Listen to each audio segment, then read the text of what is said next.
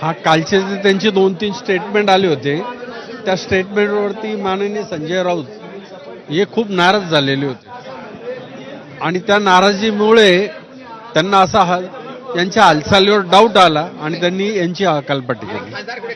आणि दुसरी गोष्ट, जेव्हा गिरीश महाजन शिवसेनेला अर्वच्च भाषेत बोलत होते त्या टायमाला हे बडगुजर साहेब शेजारी उभे होते, त्यांनी तिथं काही विरोध करायला पाहिजे होता अशी पक्षाची अपेक्षा होती.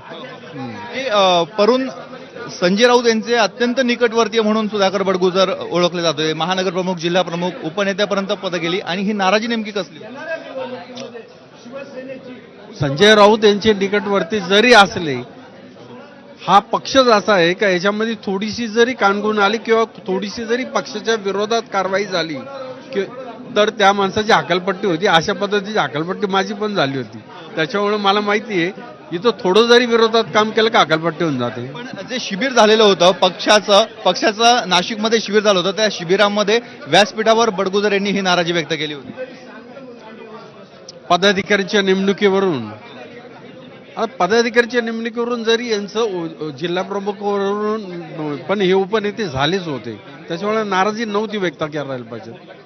या मागची कारणं तुम्हाला काय वाटतंय?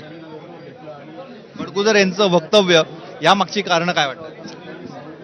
ऍक्च्युली खरं कारण तुम्हालाही माहिती आहे का बाबा, आता पार्टी बदलायचीच होती, मग कोणावर तरी नाराजी व्यक्त करायची आणि जायचं. त्यांचे वैयक्तिक प्रॉब्लेम होते, त्यांच्या अडचणी होत्या, त्यांच्या मुलांच्या अडचणी होत्या, त्यांच्यावर भारतीय जनता पार्टीने केलेल्या भरपूर केसेस होत्या आणि ह्या केसेसच्या दृष्टीकडून त्यांना पार्टी बदलणं हा एकमेव मार्ग होता. आता बदलायचं आहे तर त्यांनी प्रेमाने जायला पाहिजे होतं, सगळ्यांना विश्वासात घेऊन जायला पाहिजे होतं. पण आता त्यांनी त्याच्यावर आरोप करून मुकुल या नेत्यांना असा एक प्रश्न विचारायला हवा की बडगुजर यांच्याविषयी अनेक दिवसांपासून आरोप होत आहेत, इतक्या उशीर का लागला पक्षाला ही कारवाई करायला? त्यांचे व्हिडिओ क्लिप्स अनेक दिवसापासून व्हायरल होत आहेत, आरोप अनेक दिवसांपासून होत आहेत. आता नेमकं असं काय झालं की आता हकालपट्टी होतीये? आल्यानंतर ज्या ज्या लोकांना वाटतं का आपल्या मतदारसंघामध्ये आपण कमजोर आहे असे लोक पळतील. आता पत्रकार परिषद सुरू होती, इतर नेते बोलत होते, मात्र महानगर प्रमुखांना वारंवार प्रश्न विचारून देखील त्यांनी त्यांची भूमिका मांडली नाही. काहीतरी गडबड दिसते पक्षात. आता तो कालच लग्नातून आज आलेला होता, तुम्ही अचानक त्याच्यावर एवढी बंबारिंग केली, त्याच्यामुळे एखाद्या वेळी त्यांनी उत्तर दिलं नसेल.